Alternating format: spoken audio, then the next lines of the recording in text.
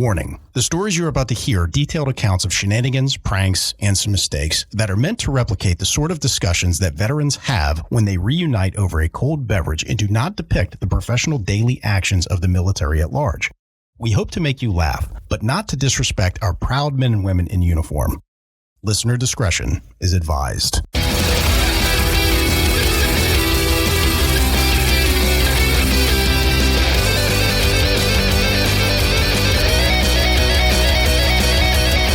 Welcome to Cammo Comedy, where we take a humorous look at the lighter side of military service. We got a big show for you today, but before we jump into it, if you like what we're doing here, give us a subscribe, give us a follow, whatever they call it on your podcasting platform. And while you're at it, give us a 5-star rating, write us a review, as that makes us more relevant in the algorithm and boosts the overall visibility of the show. But word-of-mouth advertising is just so powerful, so if you tell some friends, I will love you forever.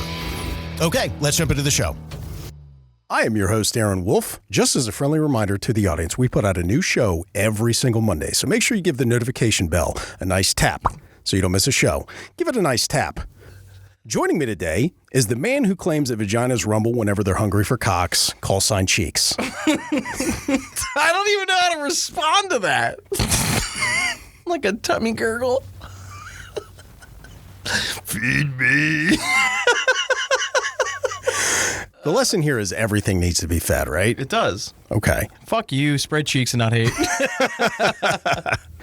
I know we don't talk about it a lot on the show, but the reason we're doing this is we've got a lot of military members that are left behind out there. We got a lot of people struggling from depression. We got a lot of veterans that are homeless, and we consider this to be laughter therapy, right? So Not medical advice, but it's always good to remember the good times that we had in the military and build this community based off of that. So that said, we got a big show. Are you ready for my first story? I am. Send it. All right, so check this out. This story is going back to the 1980s, right? We have ourselves an Army chief, which is a chief warrant officer. That's important to note because you've got the officer ranks, you've got the enlisted ranks, and in between that, you have the warrant officer ranks. Which nobody knows what they do.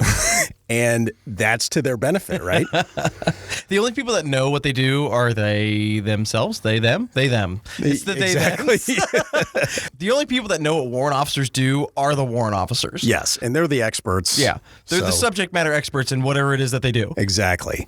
So this chief warrant officer was old school, even for the 1980s, right? He had a philosophy which was, if you fuck me, I will double fuck you. Yes, and he would let his guys know that all I got to do is change like 1 or 2 digits on the zip code of like wherever your records are going, and that stuff's going to travel all around the world. So don't fuck around while you're here. Now, I know that makes him sound like a bit of a monster, but he really took care of his guys, right? Like if he had a young guy that would come in and they would have a baby, he would march them over to the personnel office and say, listen, sign up for the life insurance policy. Nice. That way, if anything happens to you, your family's going to be taken care of. Yeah. Like he really had a good heart, but he was not one for getting trifled with, right? Yeah.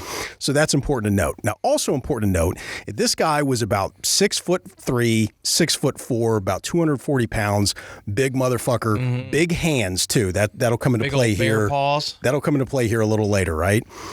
So this chief was also in during the Vietnam time. However, he was not actually deployed to Vietnam. That's also kind of important to understand here too. So this chief liked to drink, right? Now, it's important to understand this. So there was an Army base. A couple blocks off that Army base, there was this local watering hole where a lot of people from the base would gather and people from that local area would gather. This chief lived a couple blocks beyond that. So it was the base, the bar, and then the chief's house. So right? He's a regular. Yeah, that's safe to say. Well, there was a younger guy, about 22 years old, that was just enjoying himself on his own trip to this bar, after work one day. He's enjoying it. His chief is like the other side of the bar, whatever. And the younger guy doesn't know what the fuck happened, but there was a big dust up between him and somebody else at the other side of the bar. The bartender happened to know that those two knew each other, comes over to the younger guy and be like, hey, man, you got to get this guy the fuck out of here. Oh. Now, the younger guy's like only 22 years old, and this is like his boss's boss's boss. Yeah. And he's thinking, what the fuck do you want me to do about this guy? Like, I didn't come here with him. I didn't come here with him. Like, how am I going to be responsible for him? And also, you're kind of being put in an awkward position, like when you have to now manage somebody who's like higher up the chain of command when they're drunk, right? Yeah. So he's like, okay, well, I'll do the right thing. I'll get him out of here, right? So, hey, come on, Chief, give me your keys. And they walk out in the parking lot. At that moment in time, the chief starts getting indignant. He's like, give me my keys, bitch! Give me my keys back! I'm cool to drive! So this younger guy is like getting chased by his chief around this chief's car. And he's like, no, I'm not giving you your fucking keys. You're fucking drunk. Get your fucking ass in the car. Whenever you're playing Pop Goes the Weasel. Yeah, again, in an awkward situation where now you've got to school this guy that's higher up. So anyway, they have that bit of a dust up in the parking lot. Yeah. Chief kind of relents, and he's just like, okay, I'll get in. You know, he gets in the passenger side in the front seat. He tuckered himself out. Got tuckered out. The younger guy gets behind the driver's side, and this is 1980, so like there's definitely like a key start engine. Yeah. So every vehicle back in the day was a little bit different. So he's kind of fumbling, you know, where the ignition switch is on this like steering column and everything like that. So as he's doing this, Chief dives across the fucking center console and just starts choking him like Homer chokes Bart Simpson. No. You know what I mean? He's like, "Give me my keys, bitch! I'm cool to drive. Give me my keys back." And again, like this guy is big and he had those huge hands, and he's like, all I felt was this guy's freaking huge hands around my fucking throat. Yeah. He's like, no, Chief, get back over. He fucking fights him off, shoves him back over to that side. Again, tuckers himself out. He's like, okay, now we're going to start what feels like a really long but not so long journey back to his house. He's like, okay, I guess I'll just drive him there and walk back. Starts the car, takes him home, right? He pulls up in the front in the driveway. He's like, all right, Chief, let me help you to the door. So he's helping him up to the door, comes up, gives a nice knock, and what happens takes place in a matter of like 2 seconds, right? Yeah. So his wife flips on the porch light. Chief goes down. The door opens. This younger guy kind of hands off the car keys and says, hey, I got your husband here. You want me to help him get in the house or whatever? She just takes the keys and goes, nope. And like she spins on like 1 foot and shuts the door right there, flips off the porch light and just goes back into the house, leaving him, the younger guy, like just standing there on the porch. Chief collapsed on the front door and he's like, well, I guess I did my job. So he just like, okay, got him home safe. And he walks back to the bar. God. And you know, like, you can't wait to tell everybody about this. You know, like that, like however many blocks it was back, you're like, dude, I hope my guys are still back at this bar. I cannot wait to tell them this story. Like how it's not like nowadays where you can just call somebody or send a text. There's you know no what I mean? Uber in the 80s. No. You know what I mean? You're just like, dude, I've got this freaking morsel of fucking information for everybody. I can't wait to tell it. And he's just processing it as he's walking back. What the fuck was that? That's so, you know, that's awesome, man. I just love those old school stories like that. It goes to show like a simpler time where you worked hard, you played hard, you know, and people took care of each other. Sure. You know, I like that. Well, old school, I got another Vietnam story. Welcome home, boys. Welcome home. Thank you for your service. And this individual was a driver in Vietnam. Okay. So he said that he had a 5-ton with a 15-foot flatbed. It's kind of like a deuce and a half. It's like a giant, huge ass pickup truck, right? Yeah. The reason it's called a 5-ton is because it'll carry 5 tons worth of shit. Okay. Well, he had a bit of a reputation for driving fast, right? Okay. So we're going to call him Ricky Bobby. Nice. What's up, Ricky Bobby? So Ricky likes to go fast. Okay. And he said it was for 2 reasons. One, because he wants to get where he's going, but 2, for safety. Right. You know what I mean? It's harder to hit a moving target. Yeah. And especially if they're going fast. Ambushed and all that kind of stuff. Or also, like, if you're getting followed, like, somebody's going to stick out if they're going like a bat out of hell after you. Yes. Well, he says that this 5-ton that he would drive was a dog. He says you would put your foot on the gas pedal and like 5 minutes later you'd be doing 40. Oh, yeah, I can imagine. Yeah. So, like, once you get that speed... So you had to really plan ahead. Right. Like, I'm just going to jam the gas here and wait for 25 minutes, and we'll be up to speed. Exactly. Nice. So, like, you don't want to lose that speed because it takes long to get back up to it, right? Right. So, this is monsoon season, and he goes from point A to point B, and he picks up, like, 15 Joes, okay? He said they're all, like, E2s, fresh out of basic training. Gotcha. And he's taking them back to where they're going. He's got all kinds of gear and equipment and stuff in the back of his 5-ton and, like, 15 or so Joes. Gotcha. And he's haul-assing, okay? Ricky Bobby wants to go fast. Right. Of course he does. So he's going. And it had just stopped raining. All right. So there's nothing but mud puddles and everything. It's not like they have refined roads. You know what I mean? A lot of it's kind of almost off-road, unrefined, big potholes and stuff like that. Oh, yeah. So up the road, it's like a Sunday or something like that. Up the road, he sees a Vietnamese man Okay. Dressed in all white. Okay. We're talking white hat, white coat, white shoes, pants. Oh, God. He says he's never seen a man in more white than this day. That sounds like an amazing outfit. And you can obviously tell what's going to happen here. Whip it on me. Yeah. So Ricky's driving. He's like, oh, no. Because he's foreseeing this. He's like, I don't want to do this. You know what I mean? But what's he going to do? Like slow down and swerve? There's not a ton of places to swerve, I would imagine, on these smaller country roads. So as he's coming up to this guy, he sees the puddle. And there's no avoiding it. Shit. So he smokes this puddle doing the 40 miles an hour that the pig will do. Right? Yeah. Just completely washes this dude out.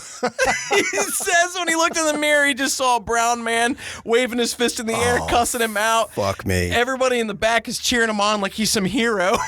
They're like, woo, yeah, fuck yeah, Ricky! Oh, man. He's like, I felt so bad. I didn't want to do that. It was terrible. He's like, man. Just no avoiding it, I guess. Yeah. He's like, I don't know if that guy was VC then, but he definitely is now. And that's how we make enemies. Right. That's not winning hearts and minds. Not at all. The opposite, even. Oh, that story always, because it's such a simple story. You know what I mean? But. And you know exactly what's going to happen as soon as you mention the man in white. Oh, yeah. It was like, if you would see it in a movie, you would be like, come on, you guys are laying it on a bit thick here. But it happens. Hey, man, it happens. It's legit. Oh, all right. I got the next one, too. Oh, nice, man. So this is actually a pre-basic training into basic training story. Nice. Okay. So we get to see the full, transfer. So the main character here is going to be Diego. Okay. What up, Diego? Diego is Puerto Rican, and that's important to note because these group of friends are like going down to Florida right before going into basic training. Okay. Diego had signed up for the Marines. Okay. And then you've got another dude who signed up Air Force, another guy Army, so they're all like bullshitting and stuff like that. And Diego is talking about how much of a badass he is because I'm going to be a Marine. Before day one of basic training. Before day one of basic training. Hey, man, I went to the tougher recruiting station. Right. Spelled my name right on the ASVAB. Yeah, fucking A. So he's talking shit. Oh, I'm going to be better than you. I'm a badass. Blah, blah, blah, blah, blah. Marines, right? So Diego, it's like, dude, I got to get tanned up before I go. Right. And get. This is your last hurrah before you're a Marine. Right. And you don't know if you're going to be in the sun the whole time. You don't want to get sunburned, right? Right.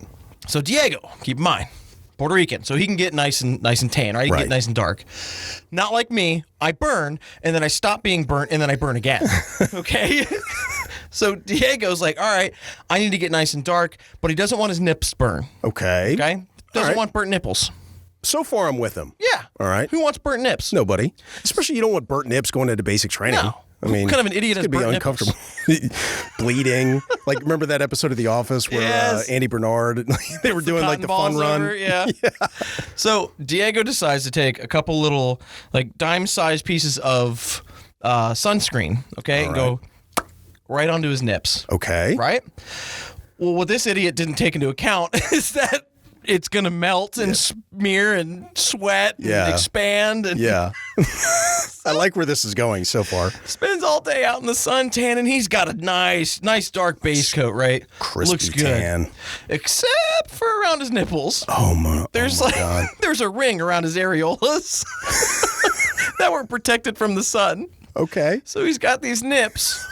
Fuck me. A ring of white skin, and then this beautiful caramel the rest of his body. Oh my God. And this guy's getting ready to go to fucking basic in like training. a week. Oh, what an ass. I bet you he wasn't still talking shit after this. No, not after that. Life will humble you. His friends are like, well, yeah, it makes sense why you went to the Marines now. So he gets to basic training. Obviously, they're having a field day with this, right? Oh, yeah. Just roasting him. I think that they said they called him Neapolitan nipples. Because he went like... Neapolitan nips. He went like chocolate, vanilla, strawberry on the way in because of the ring. That's got to be a weird... Let's pause right there and just enjoy that. Yeah. Imagine... Not only your like basic trainees, but your drill sergeants. What the fuck are they saying? Oh my God. Like, what the fuck? What kind of weird shit are you into, Diego?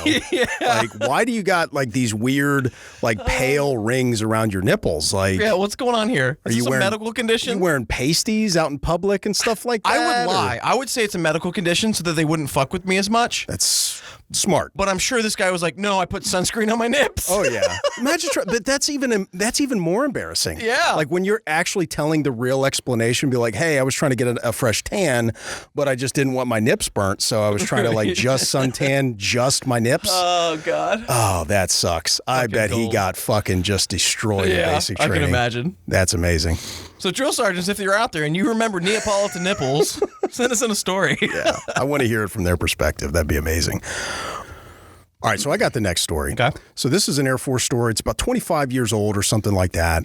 We have two main characters here. We're going to call them Felix and Josh. Okay.